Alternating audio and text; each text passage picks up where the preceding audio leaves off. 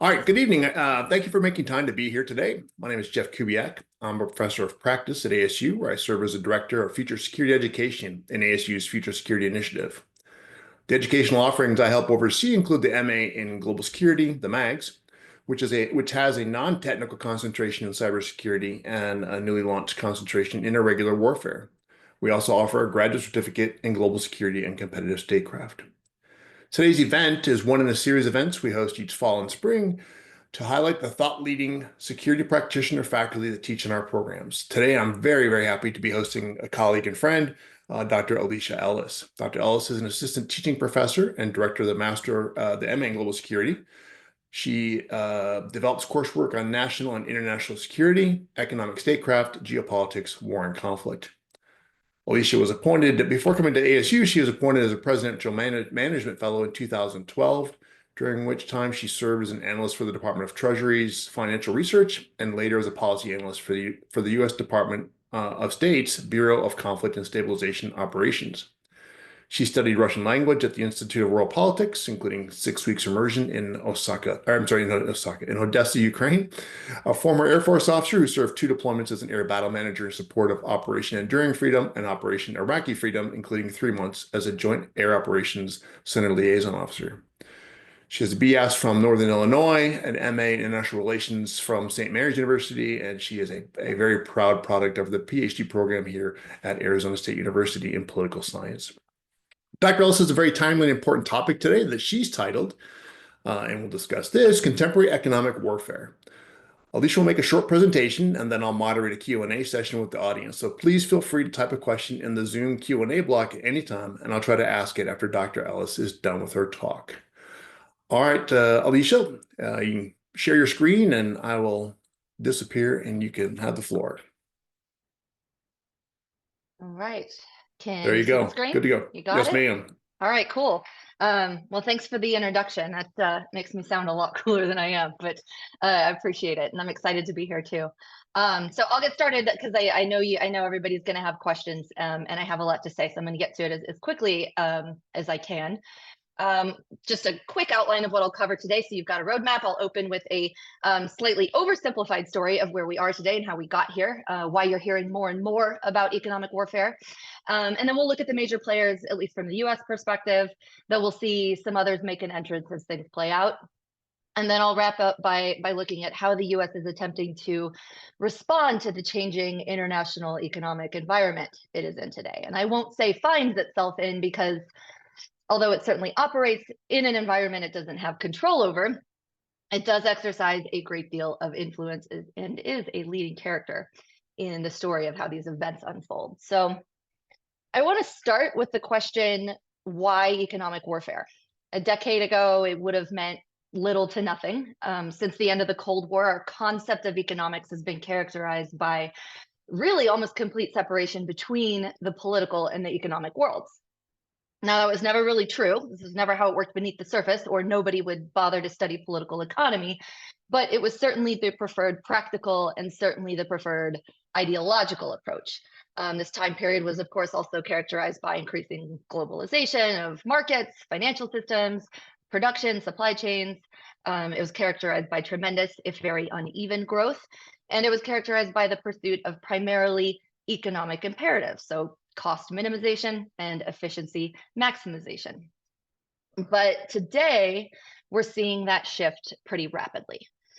I would argue that the era of peaceful commercial relations, free trade, and the unimpeded quest for maximum efficiency is over, and the US is actually kind of late to the party. Now we're in an era of geoeconomics, where trade is primarily strategic and economic decisions are increasingly driven by geopolitics. We're in a more competitive international environment today, and that's actually partly because the United States spent the last few decades growing its own biggest challenger. So although we hear about this a lot, sort of referred to as a new era, it's actually only new in the sense that it's recently reemerged. Economic warfare is actually as old as time. The blockade of the Confederacy played a key role in the Civil War. The British circulated counterfeit bills during the American Revolution to devalue American currency and deliberately cause inflation. It even goes back as far as salting fields in ancient history, something the Romans are said to have done. So Those are, of course, ways that economic tools support military efforts during wartime, but you also see military tools support economic ends. So think the US Navy's role in securing trade routes. That's an idea that actually goes back to the early republic. And it isn't just during wartime that countries compete in the economic domain. Sometimes, and we see this a lot today, it's even a substitute for outright war. And today we're seeing it really play out in all of these different ways kind of simultaneously. So I'll cover quite a few examples, but before I get into that, I want to talk a little bit about what's driving this shift today. At the root of it is the shifting of relative wealth and power from the global West to the global East. And I'm talking here mostly about the rise of China. So if we think about the world of politics, which is at its root a forum for competition over resources, and the world of economics as separate, then you can focus, you can focus the economic side on pursuing absolute gains. But relative gains matter, perhaps even more so when you're talking about fundamentally political relationships like the ones between nation states. And the distribution of wealth can cause serious political problems, both domestic and international. Now, this is what I accidentally went to a second ago. I'm sure you've all seen this chart before, the famous or infamous elephant chart. It's been out for about a decade. And what it shows us is the uneven gains and losses from globalization. It's been used to explain the rise of populism in the West, as well as frustration with the international order that also comes from much of the developing world, not just from the United States, but within the United States, the leading world power, the designer, and really the underwriter of the global economic system, the gutting of its manufacturing sector and the impact on the middle class, combined with the consolidation of agricultural production, its effect on rural communities, accompanied by the largest wealth gap in history, alongside the really ostentatious wealth of those who have most benefited, has combined now to sow some pretty serious internal divisions. So I would argue that at least part, if not the biggest part of the story of the last few election cycles is about this right here. This has meant the loss of support for the international order that the United States has led since the end of World War II, which essentially became global in nature after the fall of the Soviet Union and the addition of China to the World Trade Organization. And I would submit that that last one is perhaps the single largest foreign policy mistake of the last half century. And that's not because I don't want to see China grow. It's because that system facilitated the rise of China through a model that is predicated on market economies playing by similar rules, but included a large non-market economy wherein the CCP always has its finger on the scales. And not only did this, of course, decimate the working class in the United States and much of the global West, leading to serious social and political problems, but it also essentially underwrote the rise of our own challenger. And much of China's newfound wealth has been directed towards expanding its military capabilities and its presence around the world, which the United States, of course, perceives as a threat to its interests and even to its own security. So here we are. Welcome to the new era of geoeconomics. So from here, I want to cover the activities of the two major adversaries of the United States, China and Russia. And I will start with Russia because it tells us something about what's possible and what some of the consequences of economic warfare, should it escalate, could potentially be. But then I want to focus most of the time on China as the primary pacing threat.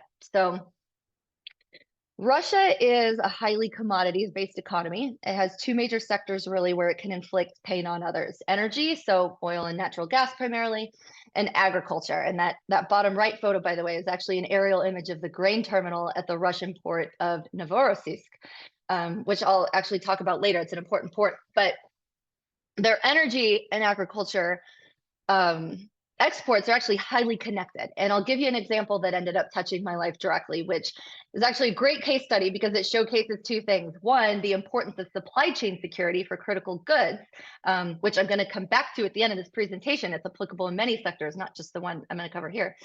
But two, it also demonstrates the second and third order effects of economic warfare in a complex global system where any one action has ripple effects, possibly in ways you wouldn't necessarily foresee. So the case study is basically when I'm not at the university doing professor things, my husband and I actually run a 500-acre farm outside of town.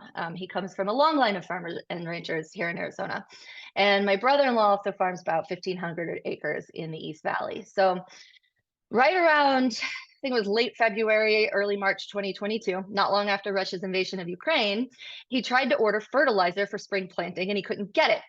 We were dealing with shortages in the supply of fertilizer, and despite broadening a search to neighboring states, we pretty quickly learned this wasn't a localized problem. Everyone was having a hard time getting fertilizer. So there wasn't much to do about it, but wait and delay planting. And we ended up getting it in about 2 to 3 weeks late. Now, if anyone in here knows anything about farming, you know what that means. A couple of weeks meant his yield was down almost 30% that year. And 30% is huge for a farmer. That's a really rough year in the red. But think for a second about what that would have meant if fertilizer shortages went on a little longer, or it happened in, say, May when the entire Midwest was planting. That would have been an economic disaster at a national scale, and it would have been a food security problem potentially at a global scale.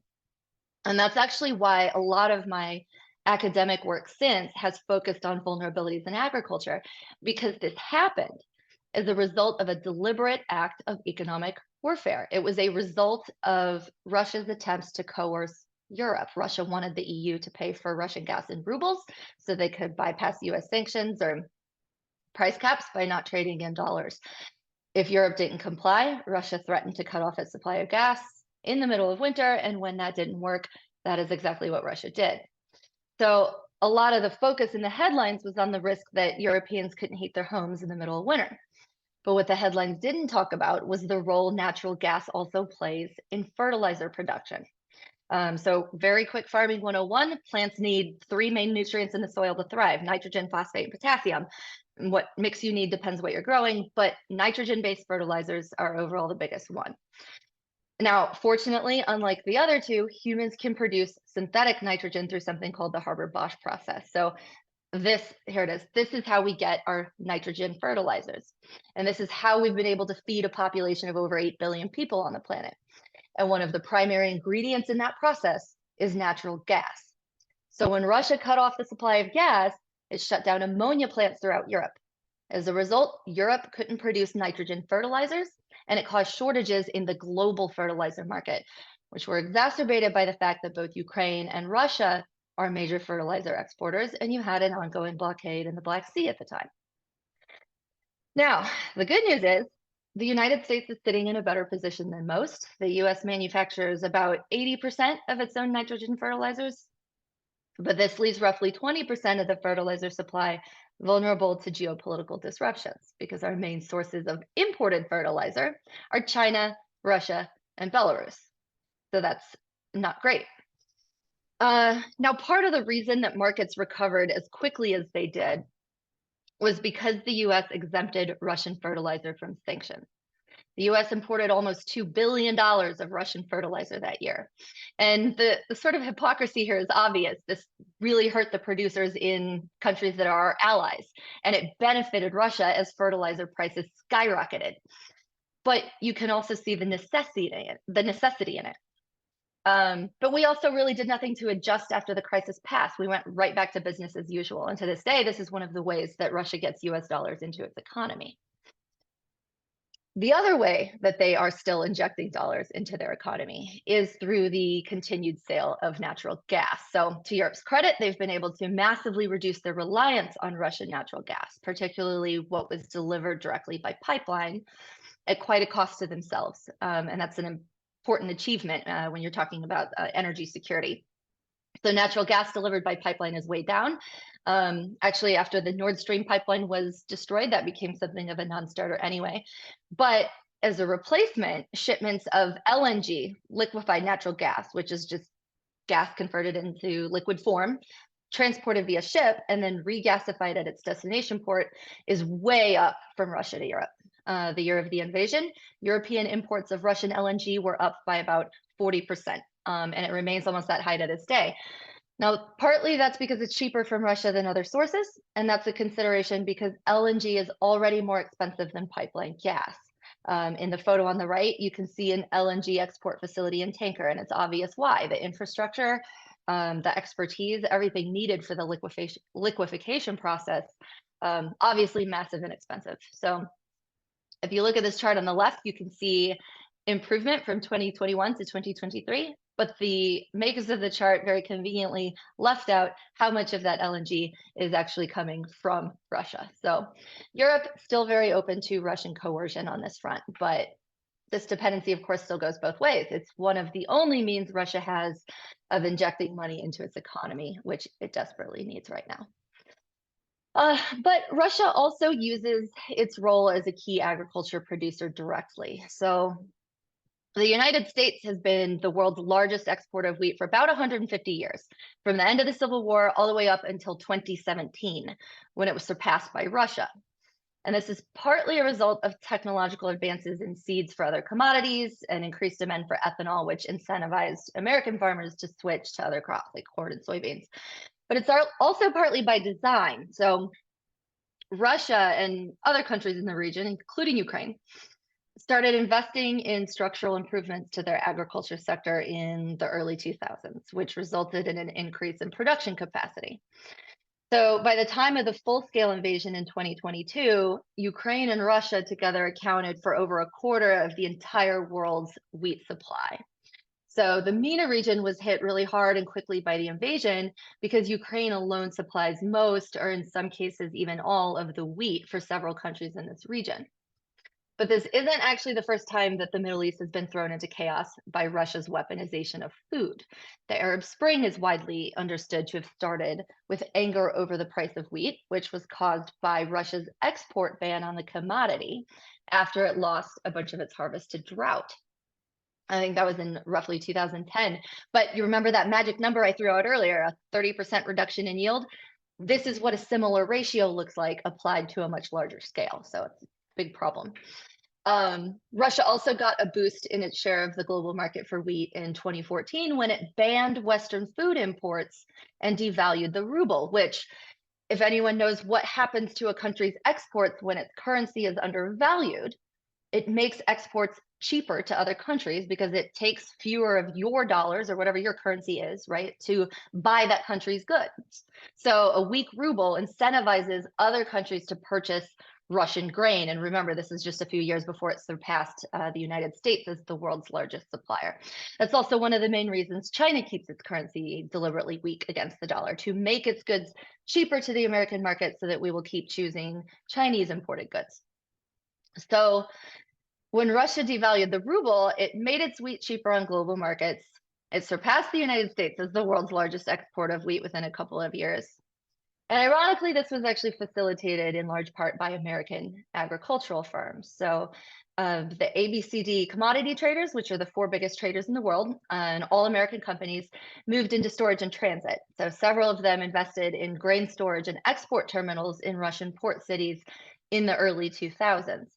And this whole situation is kind of problematic now for a number of reasons, not the least of which is that if Russia comes out of this war with control of Ukraine or large parts of grain-producing regions in Ukraine, then it could feasibly control up to 25%, some estimates put it closer to 30%, of the world's supply of wheat. If Russia can control this much of the world's wheat supply, it can essentially choose who gets this critical food resource, which gives it a strategic advantage that carries a lot of risks to human security. And Russia actually has a pretty long history of weaponizing food, which I do want to talk about for a minute. So if you've never heard the term Holodomor before, don't feel bad. I actually hadn't either until I visited Ukraine back in 2013, and walking through Kiev, I noticed this sort of outdoor museum. It was like a wall of murals. And for a second, I thought it was some sort of memorial to the potato famine in Ireland, because that's what it looked like. But it was actually a state-induced famine caused by Moscow's agricultural policies that brought about the death of nearly 4 million Ukrainians in the 1930s. So they call that the Holodomor, which translates roughly to mean to inflict death by starvation. So the weaponization of food is playing a really key role in the war in Ukraine again today. So I mentioned earlier that wheat importing countries in the Middle East and North Africa were hit hard by the war in Ukraine. That was an immediate result of Russia's blockade in the Black Sea. They weren't allowing Ukrainian grain to market. Now, eventually, Russia signed on to the Black Sea Grain Initiative, at least temporarily, to allow grain exports out. But in the meantime, they were targeting grain silos, transportation infrastructure, burning wheat fields, and perhaps most importantly, they were stealing harvests and transporting them from Ukraine through Crimea, which is now Russian controlled territory, and eventually directly into Russia, where they could mix it with their own and sell it on the global market as Russian grain. Now, if you follow the news, you might remember a lot of anxiety over food security driven by global wheat shortages in 2022. And Russia said, oh, don't worry, guys, we've had a record harvest this year. We'll sign on to the Black Sea Grain Initiative so it can get out, which it, of course, pulled out of again in 2023. But that record harvest didn't come from nowhere. I couldn't find anything to suggest they had a particularly good rainy season or a sudden increase in acreage dedicated to wheat farming. So we can only deduce that they plundered it. And here's where it gets really sticky. It was very likely being shipped by Cargill, which is an American company based out of Minnesota. So if you look at this map here, this was a deep dive that BBC did where they tracked stolen grain. The Russians said the Russian army had made off with it, but they also took their equipment, which has GPS trackers on it, so they could see exactly where it went. And you can see the grain silo and storage facility where they stopped and dropped it off. And then that facility is connected by road and rail directly into Russia, all the way to that port that I mentioned earlier, Novorossiysk, which is right there. If you guys can see my mouse kind of circling that area where that little inlet is. So Cargill had actually, and this was several years before the invasion, but they had made a major investment in the storage facilities and the grain silos that are internal to that port. Now, when this happened, a lot of the other traders backed out.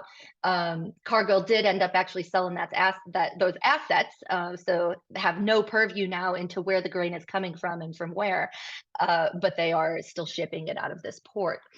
So this is, it obviously left Cargill in a really tough position, right? This is a prime example of the sort of economic entanglements to come out of the era of globalization that are now creating crises of national power in geopolitics.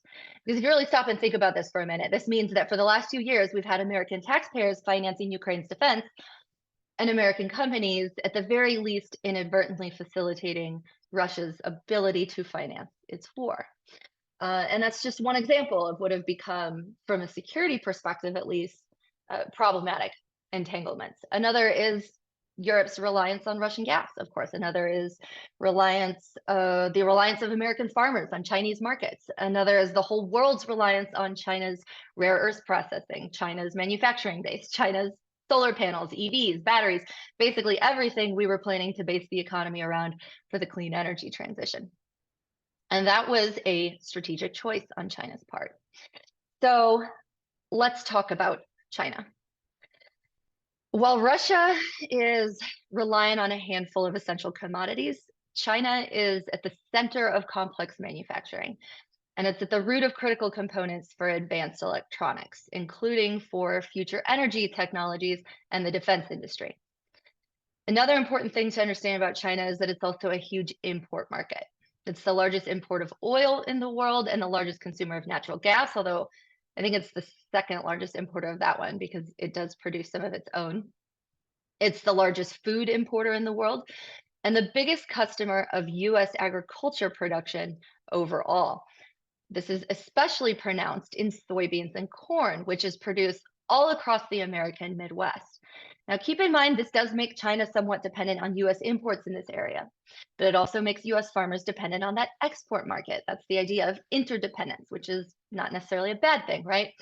But this is not unique to the US. China has trade agreements with over 200 countries, And for about 120 of those, China is their largest trade partner.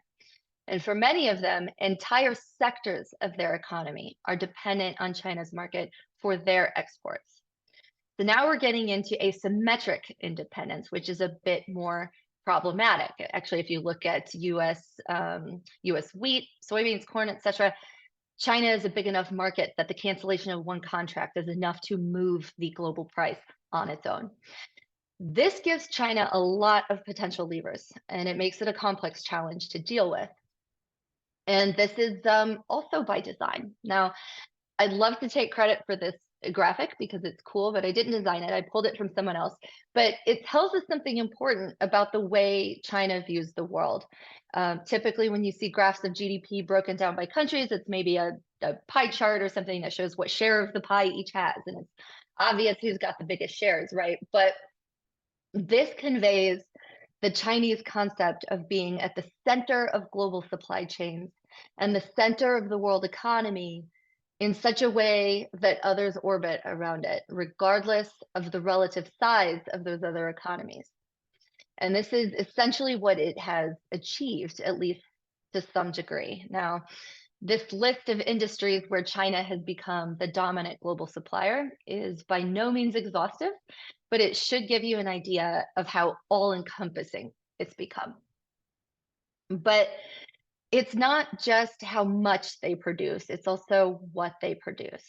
And China has made strategic investments in industries that are future growth markets, strategically important, or both. Future energy sources is one of those. As the developed world tries to move away from oil and gas in the clean energy transition, China has invested heavily in becoming the world's supplier of batteries and battery-powered vehicles. But more importantly, perhaps, is its investment in being the leading supplier of rare earths. You might also hear them called critical minerals or critical materials that go into making those. So lithium, cobalt, etc. China produces about 60% of all the world's rare earth elements and processes over 85% of them. And this isn't an easy thing to replace, which makes China indispensable and gives them tremendous geopolitical power. Now, the reason it's not easy to replace, the same reason it's not easy to replace sources of oil or natural gas. One, it comes out of the ground, it's a natural resource, so you can't just get it anywhere, right? And two, it's tremendously expensive to build the infrastructure to refine it. China dominates both origin and production in certain metals and other critical materials. So antimony, for instance, which is an element used in military equipment, such as munitions, lasers, and night vision goggles, the bulk of the known reserves are only in a few places, and China tops that list. But the bigger issue is China's lockdown on the processing and refining of REEs. So I already mentioned the ones that go into energy technology. Others on this list, such as copper, nickel, lithium, these are the basic building blocks of consumer electronics. So they're in your smartphone, your refrigerator, your coffee maker, your alarm clock. They're in lighting systems, water systems, vehicles, and heavy machinery. And there's one major sector that is heavily reliant on these materials to build its systems, and that's the defense industry. So avionics, missiles, communication systems, advanced military equipment, all of it needs these components.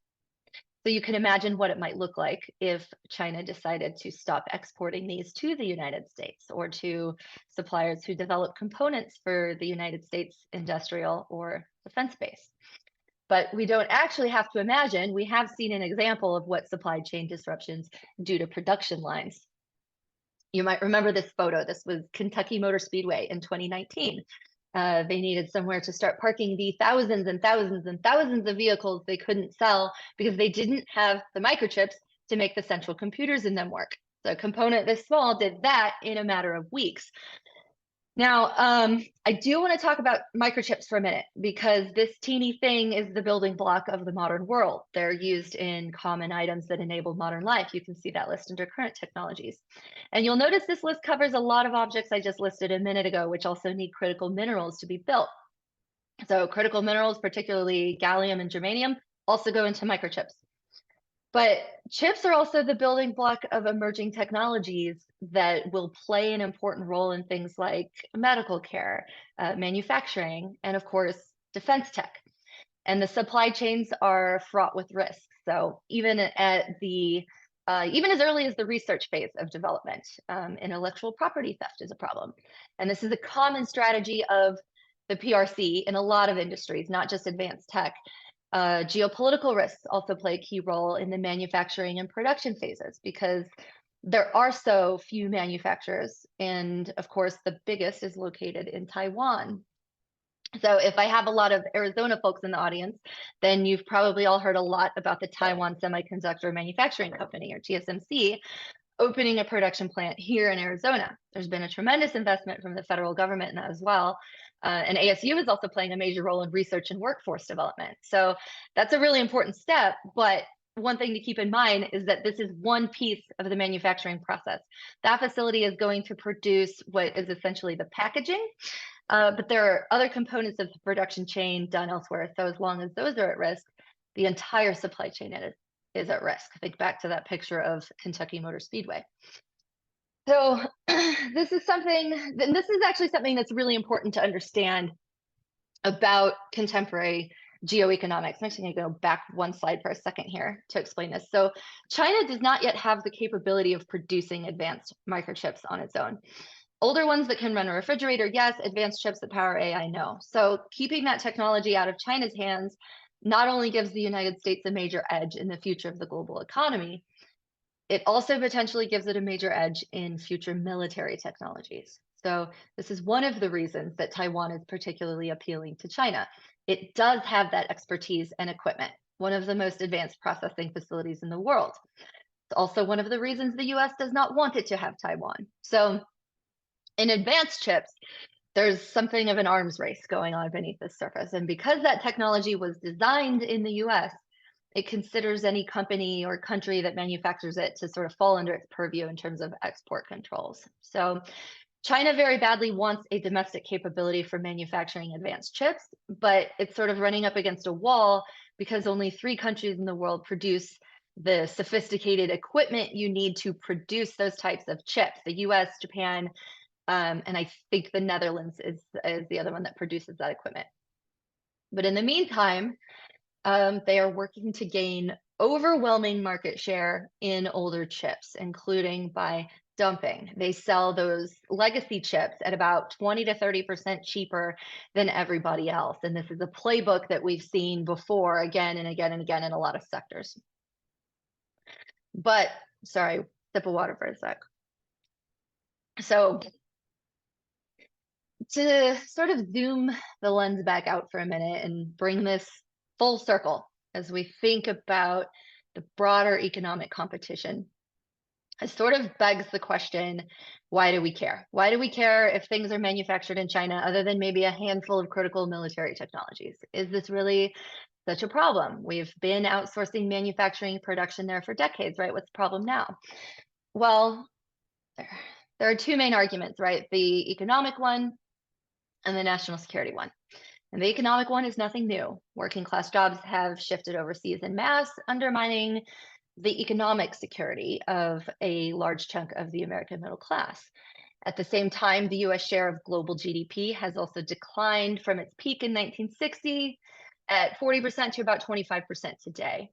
Now, I would actually say that this economic argument is probably a little less convincing than the security one, because even as the US share of the pie has declined, the pie itself has grown exponentially. So if you look at absolute gains, the US has benefited tremendously. This chart shows US GDP growth over the same time period, which, as you can see, mostly grows, with small exceptions during the 2008 financial crisis and again during the COVID-19 pandemic. So the real argument here really centers on the distribution of that growth and wealth, which has primarily benefited Wall Street and Silicon Valley in the United States, and of course, emerging middle classes throughout Asia. Recall the elephant chart I showed you earlier.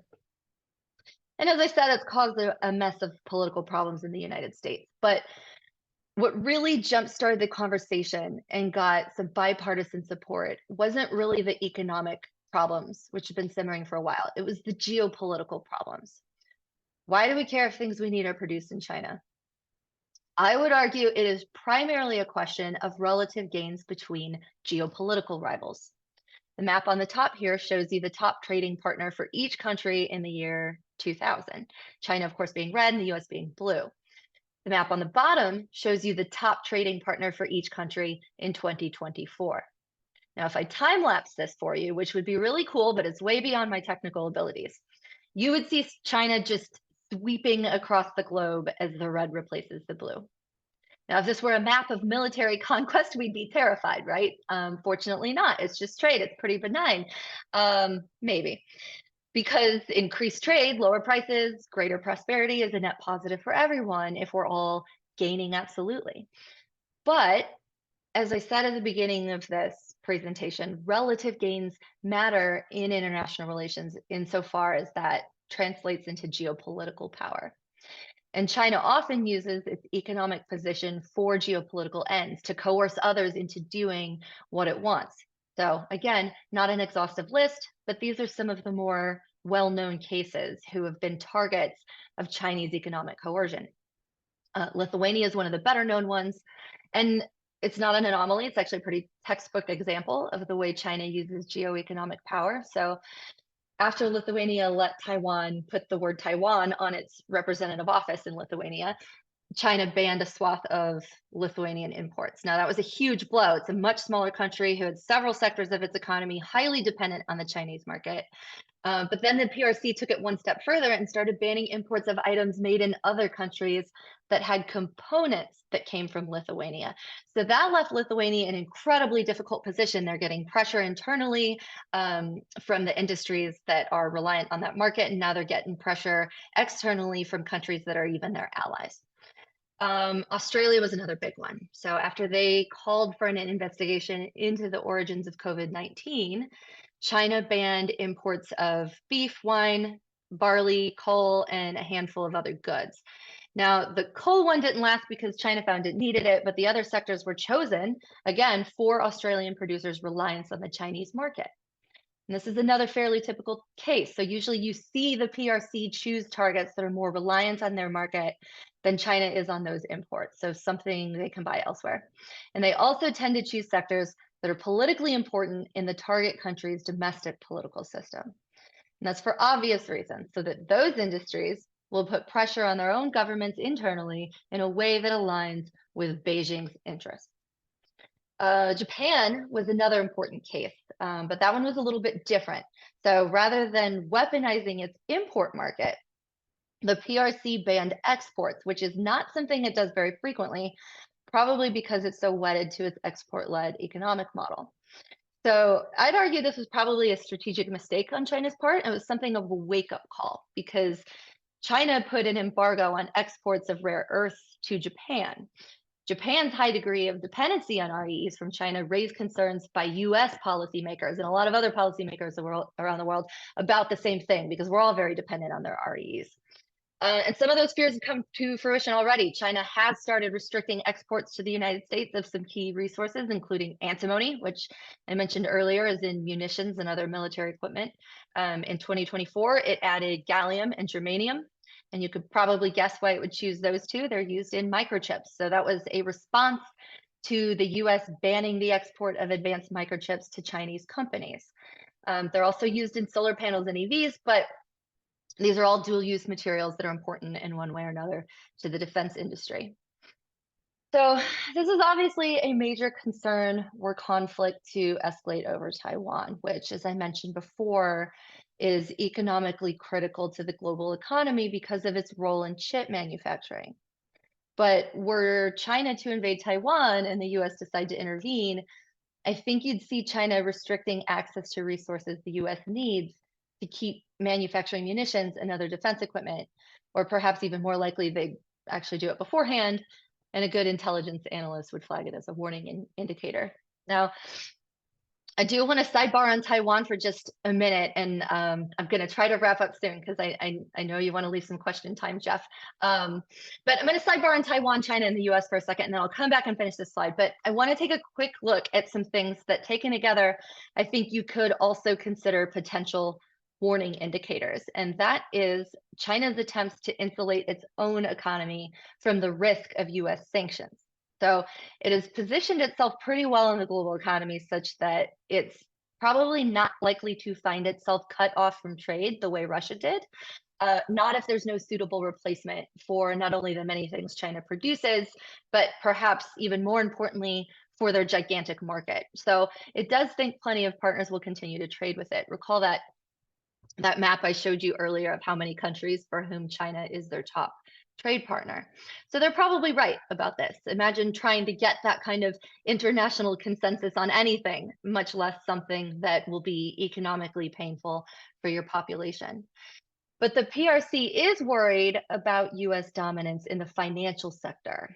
And that's not really something I got into in this presentation because Jeff said I wasn't allowed to go on for 3 hours. So we really didn't talk much about the way the US practices economic warfare or economic statecraft. But a lot of what China does try to do is insulate itself in a way that's designed to counter US strengths. And most of that revolves around the dominant role of the US dollar in the global financial system. So I won't elaborate on these in the interest of time, but if you look at this list, one thing that stands out immediately is that they all revolve around either money, energy, or both, because those two are, of course, connected. So if you're the PRC and you want to go around harassing your neighbors and you think you might just push it far enough to trigger a serious US response, in either the military or the economic domain, then you'd better make sure you can still get energy resources, mainly oil and gas to power your Navy. And you better make sure you can pay for it. And that's what these measures are designed to do. So that's my little sidebar on how the US can potentially use tools of economic warfare against China and how they prepare for that possibility. And I could actually do an entire presentation on just that alone, but I'll save that for another day. So flipping the script back to how China uses its position in the global economy to coerce others. The US probably actually belongs on the list of PRC targets too. And the reason it's not on this list is because I would really characterize the relationship between China and the US a little bit differently. The way it is targeted is a little more surreptitious. It's intellectual property theft, it's industrial espionage, it's things that fly under the radar. When it is more overt, it's usually in response to some US move, which of course allows the PRC to say, oh, look, we're just responding to the United States. They're picking on us. But for the most part, China's tended to target smaller states and US partners for direct coercion. But we're not entirely exempt. And again, you see targeting of sectors that are both politically important in the United States and heavily reliant on China's market, but that it believes it can obtain elsewhere. So one of the big targets lately has been agriculture, particularly soybeans, which makes up a huge chunk of Midwestern farming today, something like $35 billion a year. And that's just the part that we export. So you should expect to see headlines about the plight of soybean farmers this year, because this is, of course, one of the first sectors that they targeted in response to US tariffs on Chinese imports. And that leads me to the third reason we care. You probably forgot we were on an arc with 3 reasons, but I haven't forgotten. So the third reason, which I've alluded to already, overlaps both the economic and the geopolitical arguments, and that is supply chain security. So the security argument is quite obvious, and at some level, this fundamental principle hasn't changed since the 14th century when this proverb is credited. The F-22 doesn't work without a computer, and the computer doesn't work without a microchip, and the chip doesn't function without semiconductors, and you can't make semiconductors without rare earth elements that come out of the ground and get refined and processed and shipped, mostly from or at least through China. So we have to ensure that supply chain is secure. And you could apply that to just about any sector of the economy that matters, not only to defense supply chains. Now, one thing to note here is that when you're talking about supply chain security, you're talking about defensive measures, right? But there's clearly an offensive component to all this. Even in this proverb, that's clear. It's about competition and conflict. In conflict, we weaponize economic tools to defeat an adversary. And that's, to some extent at least, how I would characterize the US-Russia relationship, at least over the last few years. In competition, we compete for what? For influence, for dominance, for prestige, for power, for all the things you typically compete for in international politics.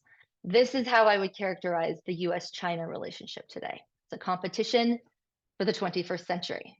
for who will write the rules of the road, who will struggle and who will prosper, who will lead the next century's global systems. I would argue that that will be decided primarily by economics. The problem is that our attempt to divorce the political and the economic from one another, which cannot be done, has now left us in a situation where our economic and our security interests are often at odds, and it makes it incredibly difficult to make decisions in this space. And ironically, of course, this was, at least partially by design, one of the driving ideas behind economic interdependence was that it creates incentives to avoid war. So if you're both or all dependent on one another for things you need, then you're not going to want to go to war with each other. And that's a good thing because war is bad for everyone. But I think what we're discovering is that first, economic interdependence is probably not a powerful enough incentive to prevent conflict. There are often things a country cares about more. And in particularly when you're dealing with autocracies who have internal security imperatives democracies don't, there are always going to be core interests that come into conflict with economic incentives. And second, the PRC was never really interested in economic interdependence, is interested in making others dependent on it without being dependent on others. It views economic activity as a potential form of power, and its proper role is being in service to the state. And that is incompatible with the Western view of the economy and its relationship to the state. And this is at the root of a lot of problems between China and the West. So I think it probably took way too long for the US and its partners to figure this out. And now we are deeply entangled with China, and a China that is an economic powerhouse. In large part, like I said, driven by stolen intellectual property and technological advances that took decades of research in the West, that China was able to gain access to through both legal acquisitions and industrial espionage. So combine that with essentially unfettered access to Western markets, and that is the state of affairs in which we find ourselves today. So I will stop. I meant to stop like 10 minutes ago. So sorry about that, Jeff. I did my best. That's amazing. I know my head hurts, but I actually, you go ahead and stop sharing, and we'll come up full Yeah, screen. sure. And I hope I made it as user-friendly as possible. no, you did. It's. I mean, I tell you, as you well know, I'm teaching a class this semester on winning the 21st century Cold War, and I see several of my students actually in the attendee list today, which is good because I Good. think this actually your presentation is going to be part of their course materials starting. Good. We'll send them all to my class on security and the global economy. A lot of people are afraid of the word economy, but it's very approachable. Well, and I think we talked about this too before. I honestly think if we had to do it over again, we would create a core course in that main global security on international political economy or global political economy, because you can't understand security in a globalized 21st century without understanding some of the economic, forces at work, right? They're Sure. traumatic. Some of your points I thought were really interesting. I'm gonna get there's a couple questions in the Q&A block I'll get to in a second, but some Okay. of your points I thought were really interesting and problematic actually for the United States, especially because, the dream of the China market was something that actually inspired the settlers on the eastern shore of North America back in the 18th century. So the fact that Yeah. by 1991, when China gets to the WTO and the China market in fact becomes a reality to American business, and the US prospers, American business is, soars because of that. We thought we were in nirvana. And quite frankly, in a lot of ways, there was an aspect of China's behavior at the time that was much more open to the kind of liberal ideas of capitalism than they are today. And this is one of the questions Hmm.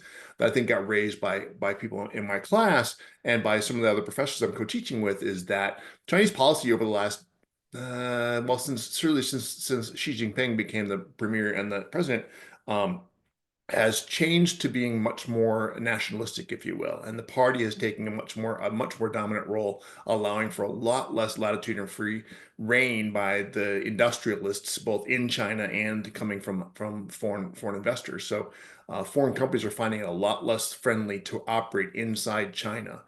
The Hmm. kinds of things that gave rise to a very powerful China are actually now they have actually kind of harnessed some of those back. And I just wonder the power that it generated, the power of kind of classic liberal economic trade, free trade, our boy David Ricardo. I mean, that power being loosened a little bit in the 19th and early 20th century, or early, sorry, late 1990s, early 2000s. that gave rise to an explosive Chinese growth, if they're being reined in, I wonder if China doesn't see some sort of diminishing in that kind of growth, that the kinds of things that a command economy, a government-led economy, because the US is never going to have a government-led economy, right? So Right.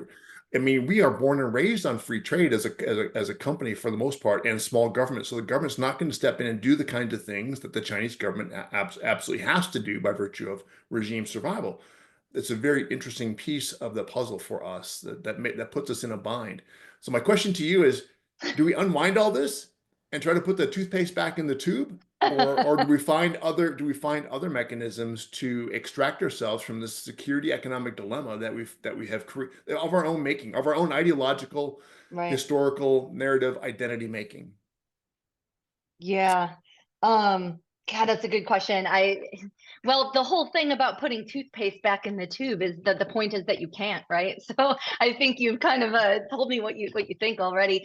Um, yeah, that is a hard one, right? And what you're talking about here too, essentially is trying to compete with a China where if you're looking at the whole economy, like you have to think about manufacturing and ag and everything else. And the problem in competing with a China that has this kind of internal model that's quite different is it's one thing to compete on this sort of classical liberal free trade model, right? And you're Right. still going to struggle with that because if you're talking about manufacturing, well, they've got a huge benefit in the factors of production that go into that, namely abundant cheap labor, right?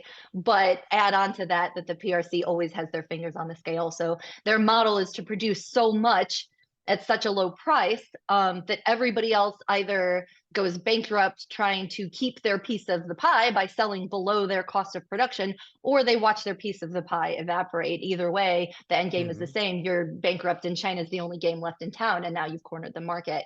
And we're seeing them do that in sector after sector after sector. So Right. what you're suggesting is that a command economy, maybe at some point, do they run out of steam? Can they keep doing this? And I think that's an open question. And maybe we're hoping that's the case, but they do seem to have found a way to balance sort of capitalist um um what's the word I'm looking for? What do they call it? Not capitalist tendencies, but capitalist features. Tools, yeah, Yeah, mechanisms, yeah. right, exactly. And if I had to guess internally, that's probably a constant balancing act, and I don't know if Yeah, they'll always get it right.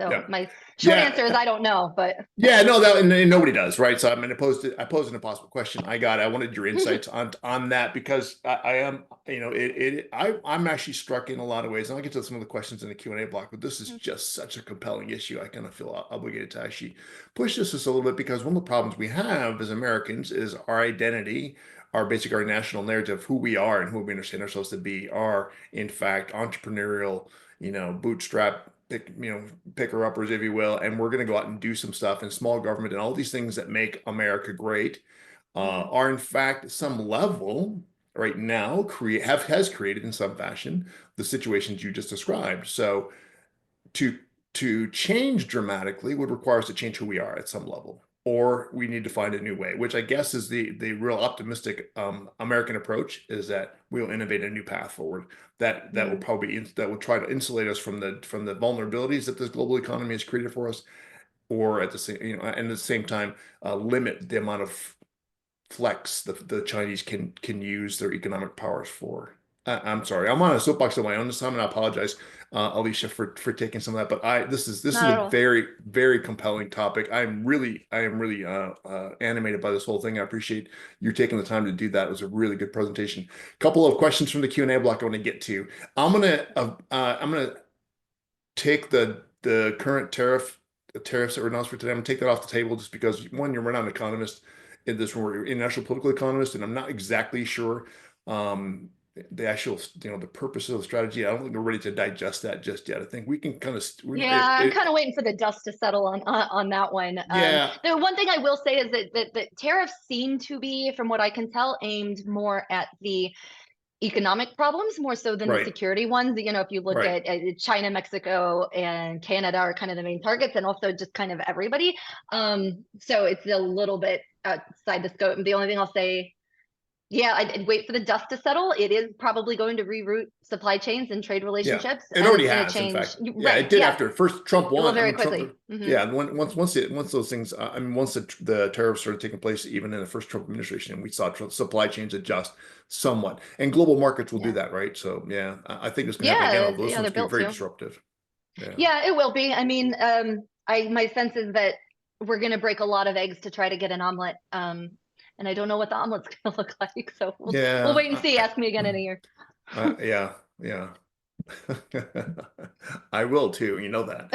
Um, So one of the questions that came from it's the same question, and I'll give him this one. It says, besides chips, what do you see as the most significant risk of economic warfare affecting the U.S. defense and industrial base? Mm. Rare earths. That's why I Rare. brought it in. Yeah, Yeah. because it doesn't just play a role in chip manufacturing. So we could secure the manufacturing of chips, but we can't just move where germanium comes from. Um, to me, that's the biggest one with the defense supply chain because it also goes into a lot of other things that you don't necessarily think of, heavy equipment and lighting systems and water systems, some of those other things I mentioned. So Yeah. that can have a ripple effect well beyond the sort of initial impact too. Yeah. And I think, let's see, another question regarding rare earths, and I think we clearly there's been some U.S. policy moves on this, and there's this fairly significant Mhm. effort by the U.S. government to adjust for and reduce the vulnerability that U.S. or exposure U.S. has to Chinese rare earth Yeah. monopoly, if you will, almost a near monopoly. But do you know what specifically? Do you know if rare earths or critical mineral reserves are enough at this point in time to make up for what China provides or could deny us at some point? Oh How no. familiar are you with the policies and the status of our efforts to create a strategic reserve of some sort? I'm not deeply familiar with it, but if you start looking at the rare earths, I mean, it's dozens that are considered critical. Hmm. Not all of them even exist here. So, I mean, there's two components to it, right? One is the processing and distribution of them. And that's where China has like the 85% lockdown. At one time, it was almost 100. So at least it's gotten a little better, right? But the other is that they have to come out of the ground, they have to be mined. And they don't just exist anywhere. There are some where, they only exist in a couple of places. So that, no, absolutely not. There might be a handful where we're starting to develop or already have strategic reserves, but all of them, no. And I don't know if we'll ever get there. If we do, it'd have to be in concert with partners and a lot of them. Yeah, and I've actually was in a meeting this morning with other colleagues from ASU who are more interested into this as a function of their jobs, and there is a fairly concerted effort, and ASU will play a role in helping to develop that strategic resilience, if you will, to supply chain disruptions in the Yeah. area, especially of rare earths, which is really the focus of the effort at That's a this hard point. one too. It's hard to get companies to want to invest in that. I mean, obviously the infrastructure investments up front are enormous. Hmm. You also have to think about the environmental impact. You also have to think about whether the community wants those things there. And it's not something you can just go, oh, well, 20 miles down the road, they do want us to build it. Doesn't matter. It's in the ground over here. Yeah. So there's a lot of considerations. It's really politically sticky often to get these things up and going. And the permitting process for this Yeah. takes like a decade. So Yeah, that's actually where the U.S. government, I think, is taking the biggest role is actually in helping to reduce some of those good. obstacles, because Yeah. we actually led the world in rare earth mining and processing before globalization really kind of took off, and we shipped a lot of that overseas. Because quite frankly, they don't care about the environment quite as much as we do. Let's go a little deeper on one Right. of the But we're cases. still buying it and we still know how it's being mined. So is that Okay, really? all right. Well, but it's so far away. Yeah. So It's so far away. We can't see let's it. go bring a deep dive into one case with one, because one of the students actually in my class asked a question, and I want to get to it Okay. before I have to face him in office hours tomorrow. In the case of Lithuania, why doesn't the EU stand with Lithuania against the CCP's economic coercion, or to what degree did they or have they help support Lithuania in that situation? Some people did. So I think it was actually Germany that put a lot of pressure on Lithuania because then it started impacting, their manufacturers that export to China. Hmm. Um, And I'm trying to remember. There were actually some smaller countries that stepped in and said, "Hey, we'll make a trade deal. We'll buy your, we'll buy your stuff." So you do see that it's more one-offs, right? And it's very difficult to get that kind of coalition together to react quickly when something like that happens. So China Right. can shut off its ports and let your pineapples rot on the dock or whatever like that. But getting a coalition to find other places to send that, especially if it's something like when you're talking about agriculture goods that are Yeah. perishable, that takes more time and it's very, very difficult. Another example, I think I mentioned Australia. So one of the things that they banned that really caused a lot of problems in Australia was beef. Now the first people to benefit were actually American beef producers because we filled the gap immediately, and it happens very quickly, right? Often before you even know why or what's happening, a firm in China is picking up the phone and asking to place an order with an American firm. We're not even necessarily communicating that quickly, much less creating a policy response that quickly. So there has been some talk about creating some sort of coalition with mechanisms designed to trigger a quick response to economic coercion, but I don't think those have gone very far yet. Okay. Fantastic. All right, there's only one question left in the block, and that's just a person looking for more resources to discuss financial warfare that you mentioned that would be hours 2 and 3 of your presentation. So, Yeah. if you had some Yes. resources, we'll make them Okay. available. We'll make them available along with the link to this video when it goes up on the YouTube website, and so that we can, if you've got some resources, you can think of 1 or 2 good articles that might highlight what that is. We'll take. Yeah, that's a tough one on resources. That one is probably the most difficult to break into. It's the least Yeah, user friendly, right? Because very right. quickly you start to get overwhelmed about the sort of Economic percent. Yes. complexity. You know what? Yeah. Actually, I know it's 5 o'clock, so I understand people have to leave. But Yep. real quick, let me I'll share my screen again. I'll show you a slide that I hid because, like I said, I took out like a third of this presentation for that reason. Here it is. Oh, there we go. All right, let me hit share and it should Yeah. let me show you guys. So I also I teach like a 3-hour series on this to the Osher Lifelong Learning Institute, and this is a slide I made for like a very sort of simple reproduction to just kind of show you the role of the U.S. dollar in the global economy and why we have the ability to sort of conduct financial warfare, if you will. But the idea is that the dollar, this shows you all the points in any given supply chain in which it comes into play.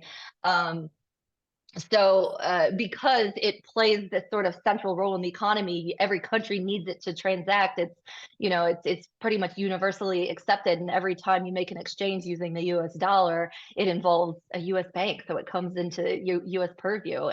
We can not only see when dollars are exchanged, we can stop it if we want to.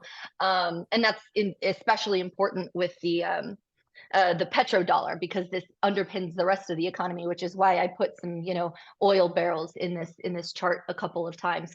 So, for example, when I think I mentioned this early in the presentation, when Russia wanted to go around U.S.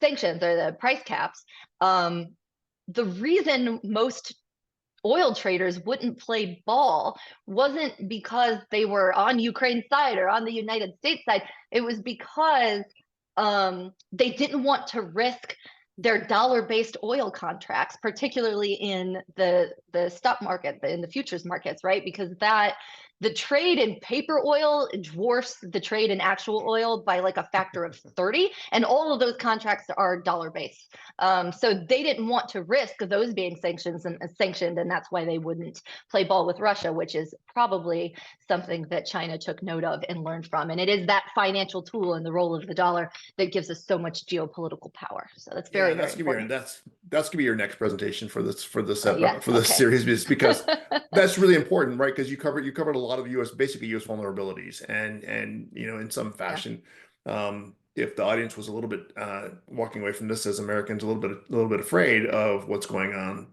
that you probably did your job, because this is a serious thing. Yeah. But by the same token, we're not powerless, and so that's the second part of this piece too. Is we can sometimes exaggerate the power of the Chinese and underestimate the power of the United States still in these situations. But In any case, Alicia, that was a fantastic, amazing presentation.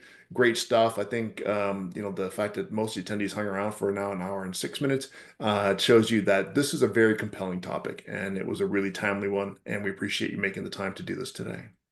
No, I'm happy to. I appreciate you having me. And, that actually speaks to the final thought I'll leave you with, which is you pushed me a little bit on using the word warfare. And the real reason I did it is because if you use the term war, people show up to your talk. Good point. That's anyway. That's a story for another day. The one thing I do want to point out to those who remain in the audience is that Alicia's work in this field isn't stopping with the presentation she did today. She is, in fact, right now spearheading a new effort in agriculture and security, which, as you can tell from the way she spoke, she is the right person for that kind of effort. She's getting a lot of attention from some really important people on this topic, so you can expect to see more and more on this topic coming from Alicia and the effort in agriculture and national security that she will lead for this university and for this country. So appreciate your work, Alicia. I look forward to seeing a lot more from you. Thank you. All right, have a good night, everybody. Thanks for coming. We'll see you in a couple of weeks.